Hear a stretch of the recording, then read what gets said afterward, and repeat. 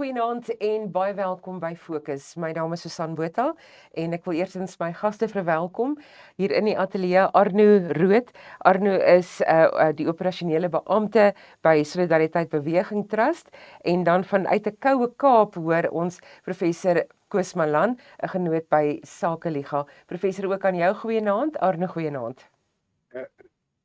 Goeienaand Susan, goeienaand Arno. Lekker om hier so by julle te wees.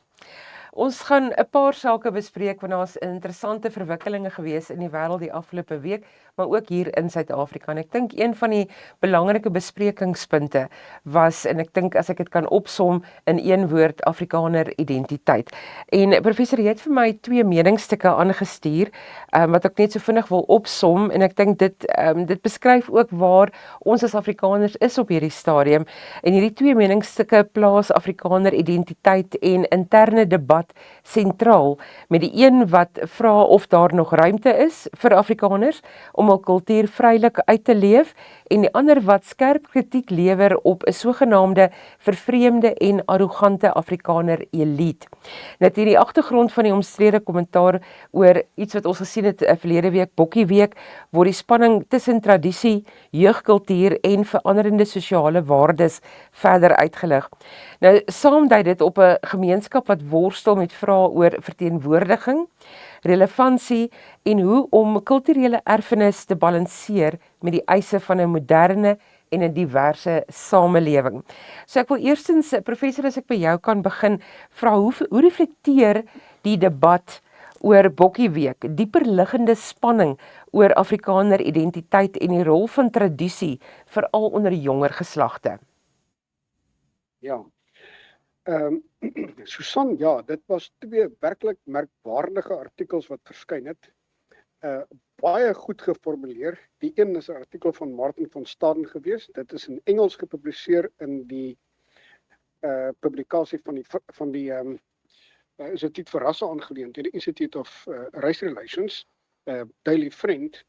En die ander een was 'n artikel van Frederik van Dijk in gister se rapport.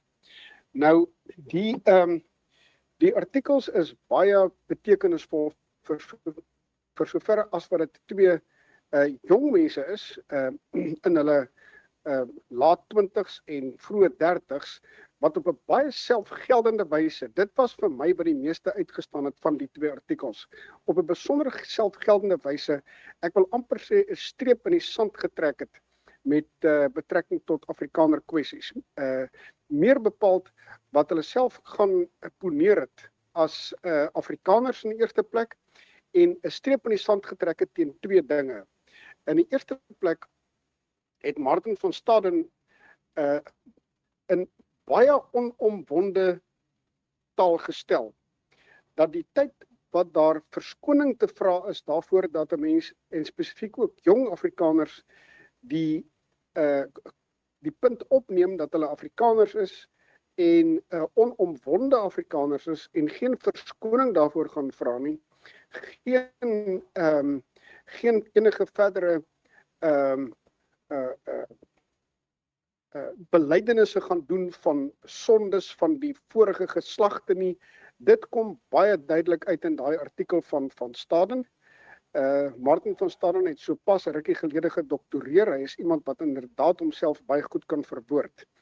Wat baie betekenisvol is van die artikel is dat dit 'n streep trek teen die ANC en eintlik 'n streep trek teen transformatisme, en dat dit op 'n baie onomwonde manier sonder om hoegenaamd vir een oomblik verskoning daaroor aan te teken, die saak van ek wil amper sê Afrikaner nasionalisme opneem. Daar is in werklikheid 'n sterk nasionalistiese streep wat deurloop deur die artikel van Staden. Nou, van Staden is eintlik iemand wat hom gewoonlik self as 'n persoon beskryf wat liberale uitgangspunte onderskryf. Wat hy egter hier gedoen het, was om die liberale uitgangspunte op 'n baie ongekwalifiseerde manier te kombineer met 'n vorm van nuwe Afrikaner nasionalisme. Eintlik 'n soort van 'n selfgeldende, maar tegelykertyd ook 'n sorgsame Afrikaner nasionalisme waarvoor daar inderdaad geen verskoning te vra is nie. Dit kom ook hiermee saam en ek dink dit is geweldig belangrik dat daar nie iets kan wees soos 'n algemene Suid-Afrikaanse identiteit nie en dat daar nie iets kan wees soos 'n algemene Suid-Afrikaanse nasie nie. Van Staden trek baie spesifiek 'n streep daarteen. Vir soverre as wat 'n Afrikaner nasie te bedink is dit eintlik in 'n sekere sin vals. Aangesien dit 'n klein Engelstalige elite is wat 'n soort van 'n Engelstalige Suid-Afrikaanse nasie onderskryf en almal as dit ware daartoe oproep, dat almal as dit ware aan die hand daarvan moet konformeer. En Van Staden verwerp dit onomwonde. Dit is vir my baie betekenisvol dat jy by 'n jong Afrikaner wat homself baie goed kan uitdruk hierdie soort van standpunt kry. En ek het 'n vermoede dat dit iets is wat baie sterk leef onder jong Afrikaners van die 20s wat hulle 20er en 30er jare is. Dit is 'n nuwigheid hierdie, want die aanspraak daarop dat jy moet konformeer aan 'n breë algemene Suid-Afrikaanse nasionalisme en jou spesifieke kulturele, etniese en taalidentiteit ten gunste daarvan moet opsê, dit was nog al die jare, al die dekades amper, die toonaangewende aanspraak. Nou ja, wat Martin van Staden hier gedoen het, was om dit heeltemal op sy kop te keer. Dis die eerste artikel, wat inderdaad ook eers verskyn het. Die tweede artikel is 'n artikel van Frederik van Dyk. Frederik van Dyk het hom gerig teen die sogenaamde Afrikaner elite of die Afrikaner intelligensia. Nou, en hy het hom spesifiek gerig teen linksgesinde Afrikaners. Die klein groepie van linksgesinde Afrikaners wat in 'n baie bevoorregte posisie is en vir hulle self die aanmatig om as dit ware voorskriftelik te wees teenoor alle ander Afrikaners, meer bepaald ook jonger Afrikaners, en wat onagsaam is met betrekking tot die problematiek waaronder die publiek in die breë, maar Afrikaners in die besonder deurloop. Die artikel van Dyk neem standpunt in teen hierdie aanstellerige Afrikaner elite. 'n Soort van Afrikaner elite wat jy nou die afgelope tyd weer gekry het, wat verlede week met die Amerikaanse ambassadeur gaan praat van Rudolf Landman was en van.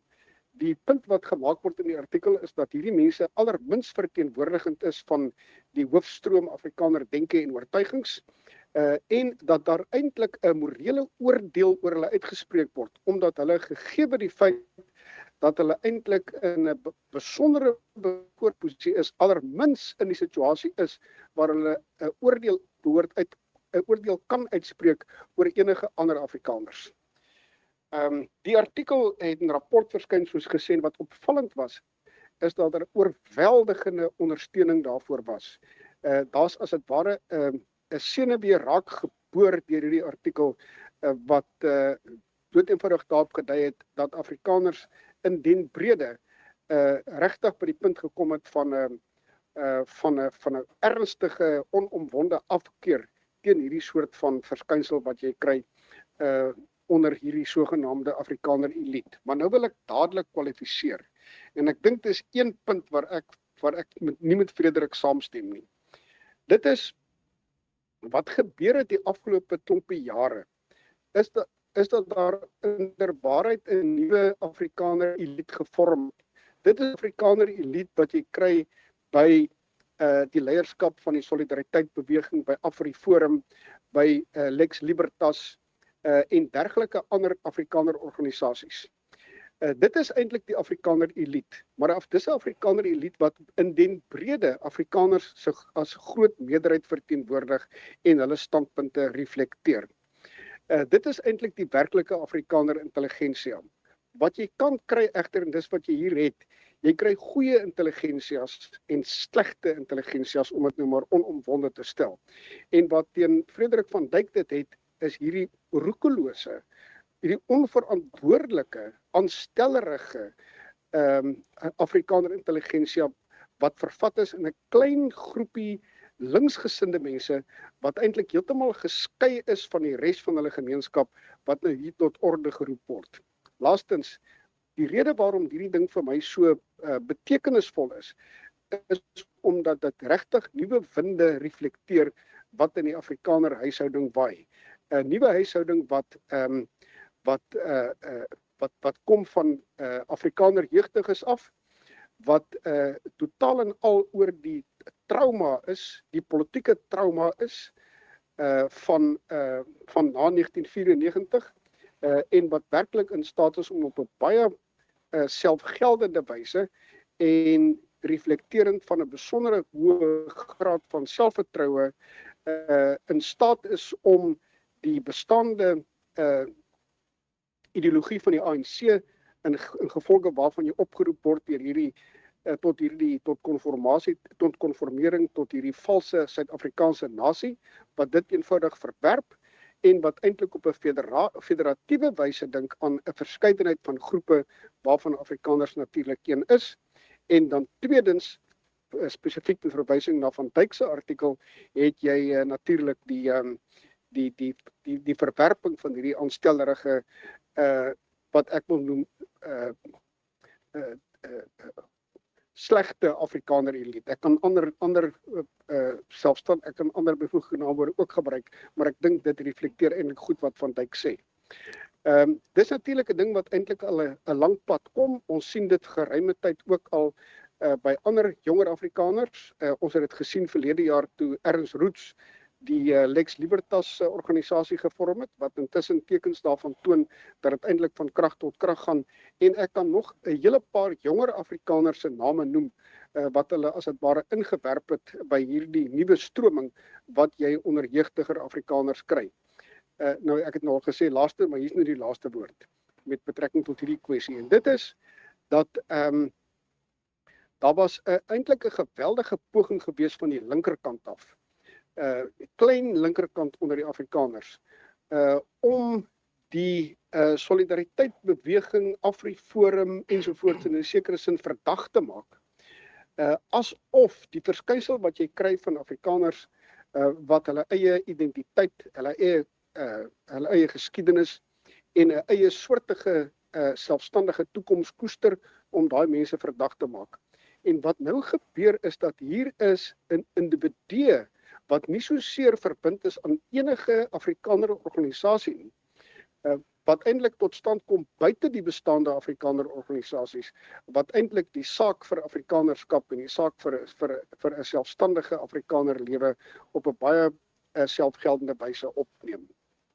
Dankie professor. Arno, ek wil net voordat ons die program het onderbreek kortliks net vir jou vra as 'n jong Afrikaner, jou standpunt wat dit aanbetref, is daar ruimte vir konstruktiewe balans en gesprekvoering tussen hierdie twee groepe?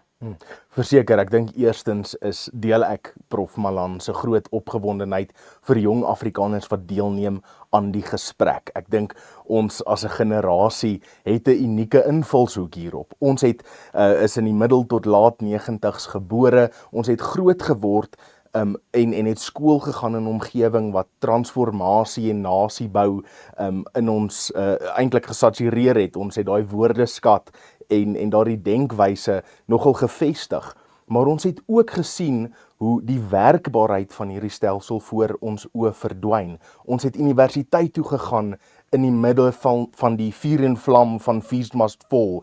Ons het gesien hoe ons die werkmark probeer betree en daar net uitdaging voor uitdaging is. Ons het gesien hoe helfte van ons klasmaats wat saam matriek geskryf het, Amerika toe is om te gaan boer, want hulle kry nie geleenthede hier nie. En ons staan so wydsbeen amper tussen hierdie twee identiteite, waar ons deur opvoeding en ek wil maar so 'n bietjie sê reënboognasie denke gevestig is, maar terselfdertyd so ontnigter is deur die realiteit van wat Suid-Afrika nou is en hoe dit ons en ons toekoms beïnvloed. En in daardie middeweg lê gesprekke soos hierdie, waar 'n genuanceerde invalshoek wat eerstens die geldigheid van jou Afrikaner identiteit en jou rol wat jy kan speel in Suid-Afrika kan vestig, maar gelyktydig tot 'n breër gehoor kan praat, wat vorige generasies nie noodwendig die vermoë voor gehad het en ek wil amper sê legitimiteit gehad het om dit te kan doen nie. So daar is definitief 'n rol te speel hierso. Ek dink jong Afrikaners het 'n baie belangrike rol om daarin te speel en mense soos Frederik en Martin en Paul Marits en Daniel Elof en al hierdie ouens speel ek dink sulke groot rol daarin en maak my opgewonde om 'n jong Afrikaner te wees. En ek dink wat jy sê en ek wil net daarmee afsluit en volstaan is dat daardie gesprekke net nooit, daai stemme net nooit stil gemaak moet word nie. Bly is ingeskakel, net hierna gaan ons voort met Fokus.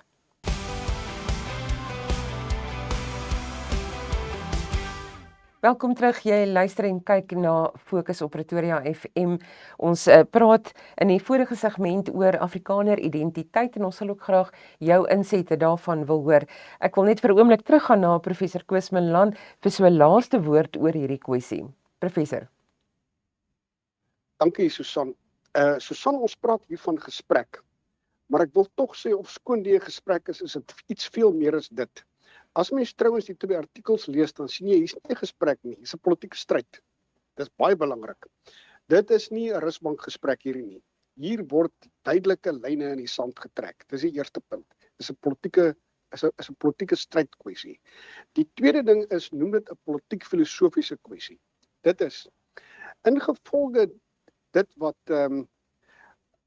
Arne nou hier genoem het, moet Suid-Afrika gesien word as doeteenvoudig 'n versameling van individue sonder dat hulle geanker is in een of ander kultuurgemeenskap. Dit is 'n fundamenteel liberale en in die algemeen globalistiese en ook Suid-Afrikanistiese standpunt. Nou Afrikaners kan hulle noodwendig nie daarby neerlê nie. Ofskoon ons sterk individue is en behoort te wees, behoort die klem daarop te wees dat jou individualiteit en jou totale menswees as dit ware geanker is in jou behoorenheid tot 'n bepaalde kultuurgemeenskap. Indien Suid-Afrika gekonseptualiseer word, dan moet hy derhalwe gekonseptualiseer word op die grondslag dat ons is individue, maar ons is tegelykertyd geanker in ons behoorenheid tot ons gemeenskap, meer bepaald tot ons kultuurgemeenskap, tot die Afrikaner gemeenskap. Dit maak ook van jou uiteindelike individu. Dit is individu in staatstellend. Die 2 goed, die benaderings, loop regstreeks teen mekaar. En wat my moed gee, is dat veral die artikel van Martin is 'n duidelike streeptrek teen hierdie blote klem, die uitsluitlike klem op die individu en die uitsluitlike klem daarmee saam op Suid-Afrikanisme. Die klem is eerder op, dis waar hy moet val, eerder op jou behoorenheid tot dit wat jou maak wat jy is, naamlik jou geankerdheid en jou behoorenheid tot jou kultuurgemeenskap, net soos die van alle ander mense. Dankie professor Arno, jou reaksie. Prof is so reg in hierdie en eintlik die empiriese daar is empiriese bewyse ook vir hierdie. Daarso is studies gedoen, beide die wat vasgevat is in die Afrikaner Man, die boek wat onlangs uitgekom het, maar ook studies wat namens die Betereinders gedoen het, wat wys dat so groot gedeelte van Afrikaners weer aanklank vind met hul identiteit as Afrikaners. Dat hulle ook aanklank vind by organisasies wat nie net rusbankpraatjies doen nie, maar eintlik bou en doen om hierdie realiteit te vergestalt, soos die Solidariteit-beweging, soos AfriForum en dies meer. En ek dink daardie is so 'n belangrike ding om in ag te neem, dat in hierdie politieke stryd wat Prof Malan van praat, is daar so regtig rolspelers wat invloed het en impak maak, en die mense glo dit, en hulle koop in daarmee, en hulle dra by tot die vestiging van daardie realiteit. Ek wil ook nie daarop byvoeg en 'n vraag stel,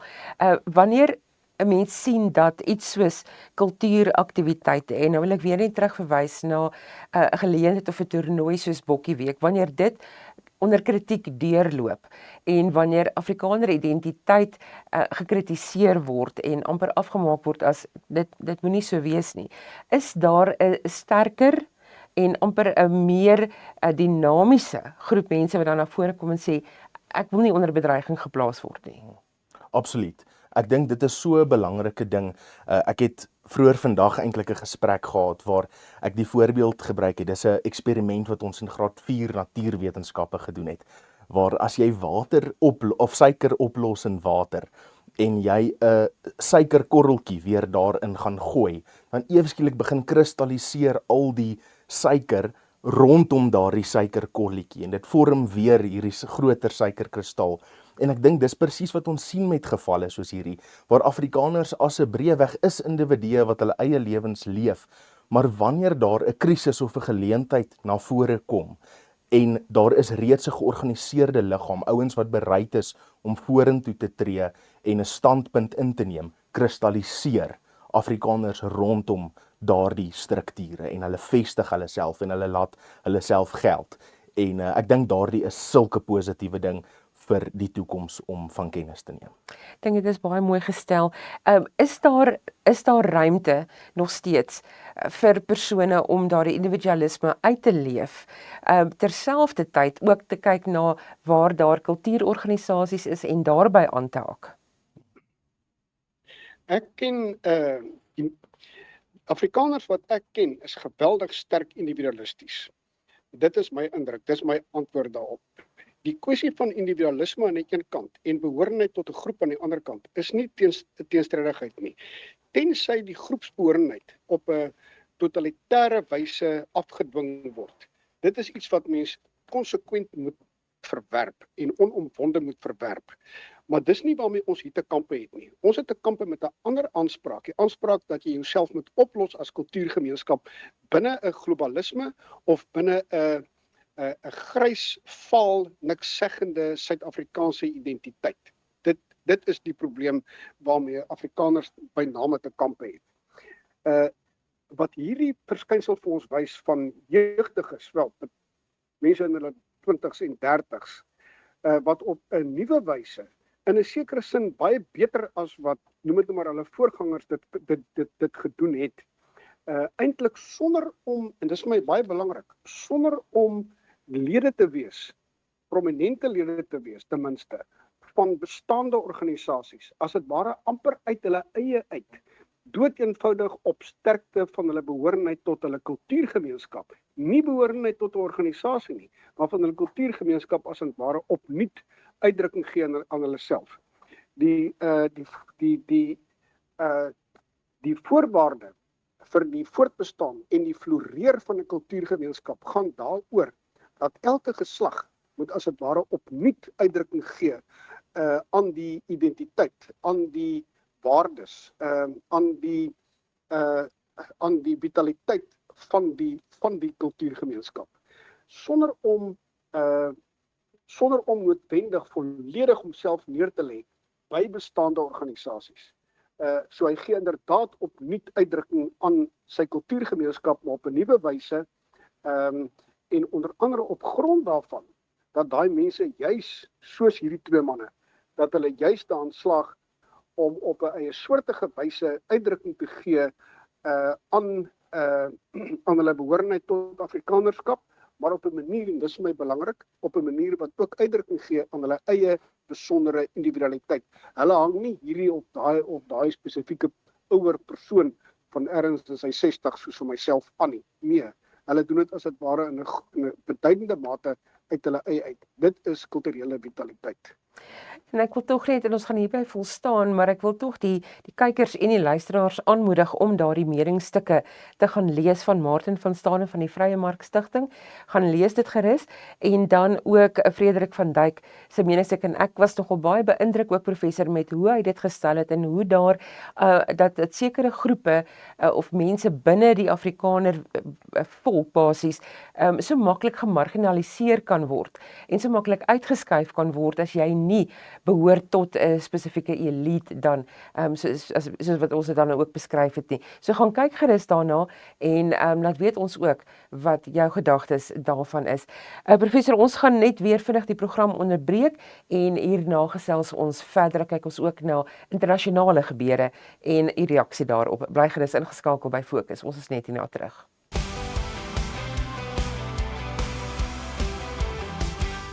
Welkom terug by Fokus op Pretoria FM. Ek is Susan Botha. My ateljeegas hier in die ateljee is Arno Rood en ook telefonies sluit professor Koos Malan by ons aan. Nou daar was heelwat verwikkelinge ook op internasionale front gewees en ons het nou gesien vandag in die groot nuus is dat Andy Burnham is dan nou aangewys as die nuwe Britse eerste minister en ek het nou geluister na sy toespraak ook vandag en dit lyk vir my hy's opgewonde, hy's gereed, hy's reg vir aksie. Hy wil graag die Arbeidersparty, nie net die Arbeidersparty nie, maar hy wil ook die hele Britse samelewing na 'n volgende rad te oorskuif, as ek dit so kan stel. Die eerste vraag wat ek wil vra, professor, en as ek by jou kan begin hier, Andy Burnham is nog nooit getoets in 'n verkiesing nie. Hy moet nou 'n nuwe kabinet saamstel. Sal een van sy eerste aksies dalk wees om 'n verkiesing uit te roep? Dit sal baie riskant wees as hy dit doen, want die Arbeidersparty is definitief op die verdediging, soos ons nou gesien het in die onlangse munisipale verkiesing so 2-3 maande gelede. Aan die ander kant kan hy besluit dat dit die aangewese ding is om wel die risiko te loop, aangesien daar nou opgewondenheid is wat ontstaan het rondom sy aanstelling, rondom sy verkiesing, en dat daar ook as dit ware 'n groot verligting is na aanleiding van Keir Starmer wat bedank het, wat die pos as premier ontruim het. Daar's eintlik 'n soort van 'n verligting as gevolg waarvan dit gebeur het, en sou daar 'n blitsverkiesing uitgeroep word, kan dit heel moontlik dan so kan Burnham se argument, sy berekening wees tot die Arbeidersparty se voordeel tel.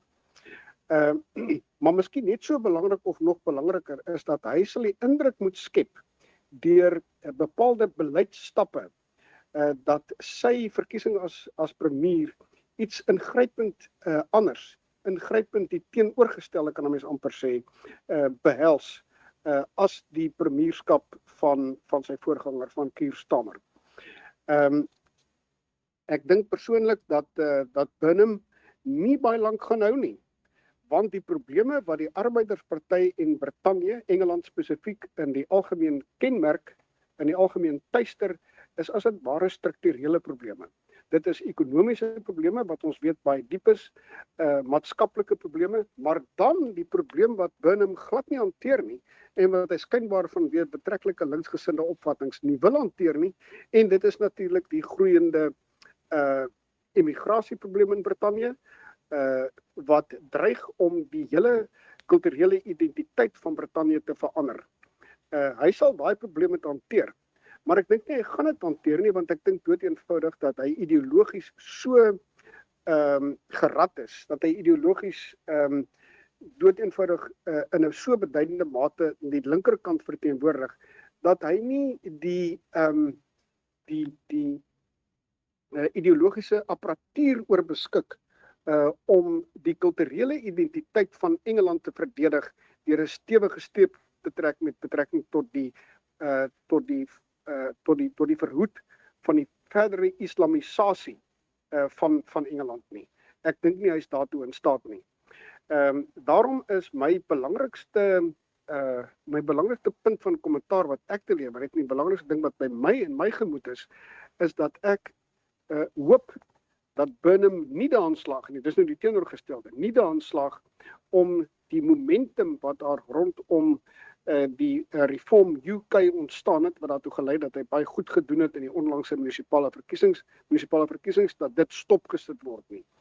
En dat Reform UK in staat gestel sal word om verdere momentum op te bou, sodat hy in staat kan wees om by eersvolgende algemene verkiesing heel moontlik die sterkste party te wees en 'n leidende rol te speel in die verkiesing. Dis al wat Engeland, as wat hy fundamenteel behoort te wees, 'n westerse staat te red. En die het nie baie gepraat oor sy buitelandse beleid op hierdie stadium nie. Ek dink nie ons gaan nou dadelik dalk iets daarvan sien nie, maar hy het wel gepraat van binnelandse werk wat gedoen moet word, en ek dink jy het ook net so vinnig daarna verwys, maar my vraag is ook net, kan ons nou, want ek sien die Engelse media verwys na hom as 'n nuwe besem, en ons ken die uitdrukking van nuwe besems is vee skoon, kan ons 'n 10-dag beleidsblits, as ek dit so kan stel, sien van Andy af, dat hy dadelik begin om sekere hervormings in te stel en toe te pas en te implementeer, veral wat lewenskoste, die hoë lewenskoste in Brittanje aanbetref?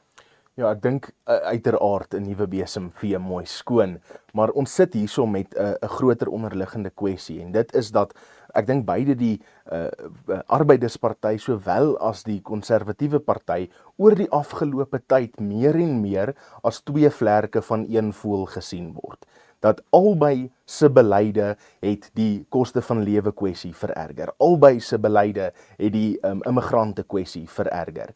En dit het die gaping geskep vir hierdie derde party, so te sê rolspelers, om te kom vul en wat uitstekend doen op die oomblik om druk op die bestaande stelsel te sit. So ek wil sê, selfs al vee hierdie besem mooi, spreek dit nie die vrot fondasie aan, wat deur dekades eintlik se swak beleid reeds gelê word nie.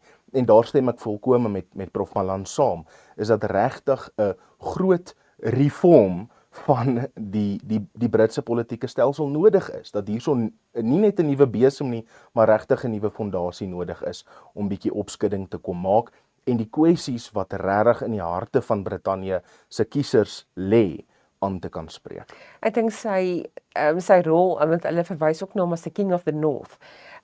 Die feit dat hy vir so lank in die noorde van Engeland werk gedoen het daar op voetsoolvlak.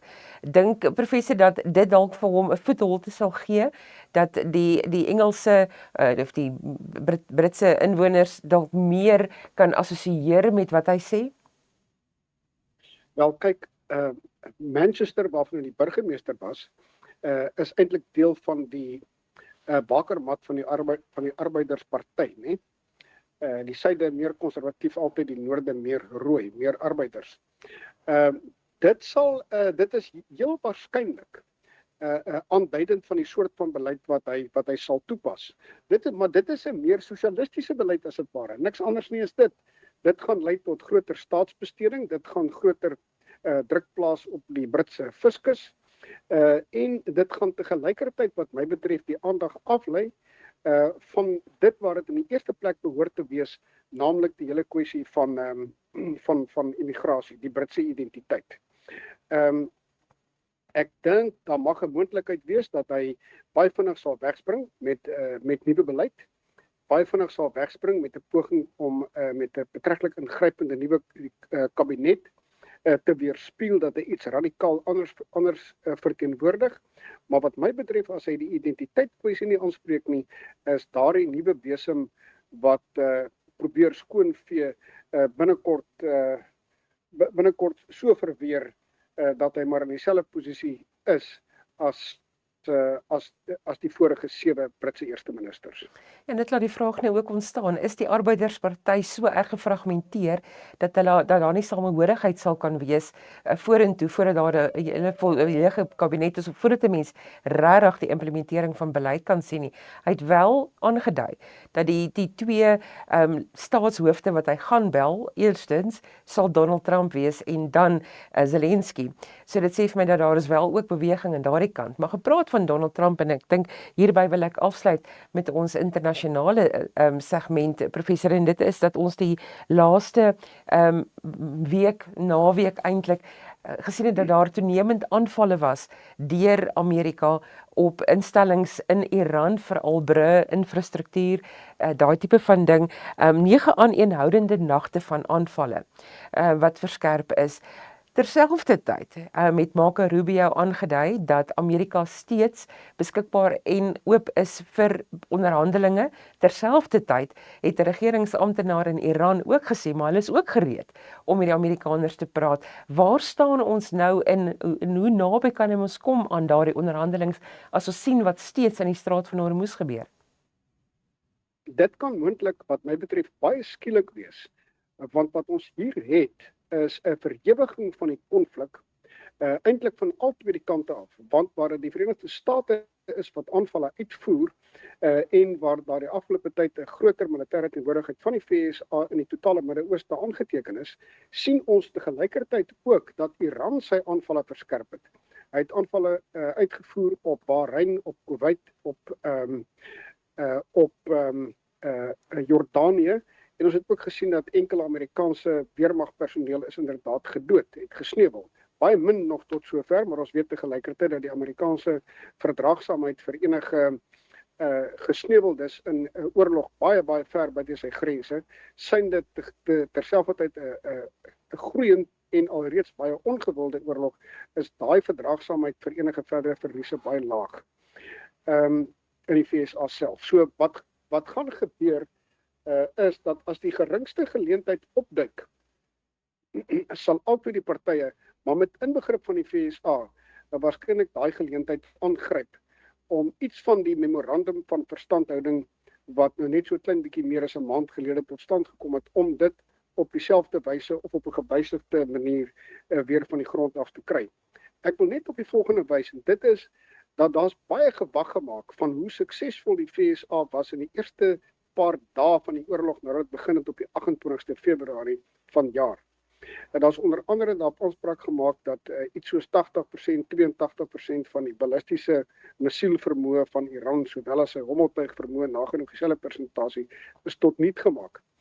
Nou, indien dit tot niet gemaak is, dan het dit definitief baie vinnig weer van die grond afgekom. Want ons sien nou dat Iran voer inderdaad baie wyd aanvalle uit op Amerikaanse installasies en natuurlik ook op verdedigingsinstallasies van die FSA se bondgenote, synde die lande wat ek nou genoem het. En dat dit nie vir die FSA moontlik is om al hierdie aanvalle af te weer nie. Dit bereik inderdaad sukses. Dit is vir my duidelik dat die FSA die vermoë van Iran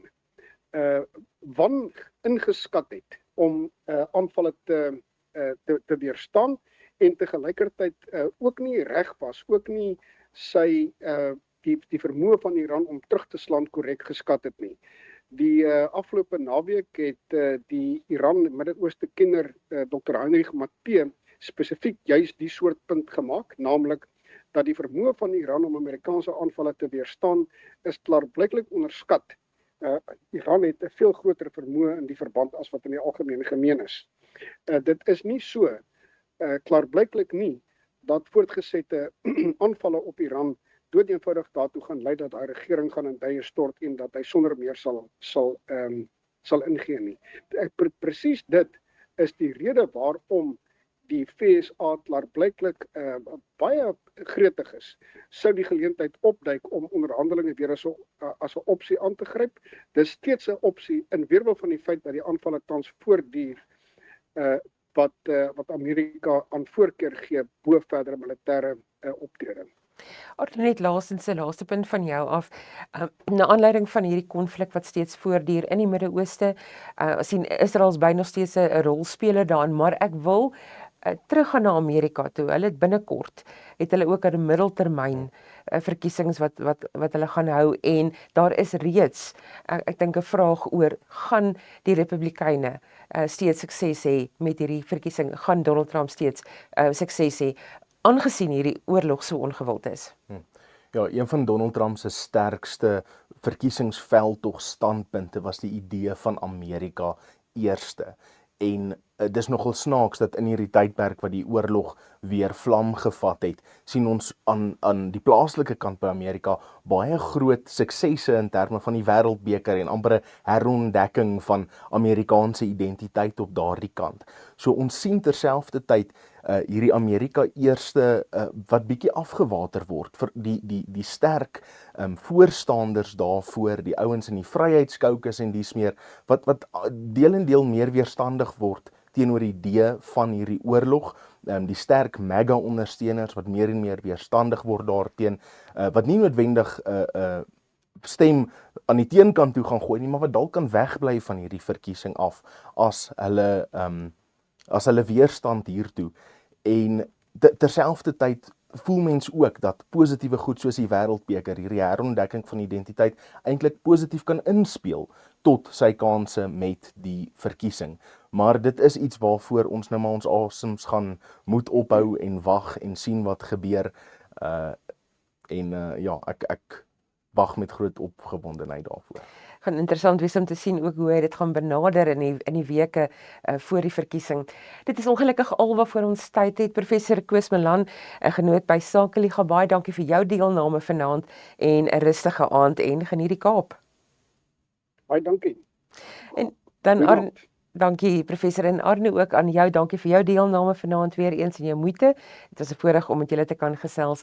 Ek is Susan Botha en jy moet gerus weer volgende maandag inskakel vir Fokus. Totsiens.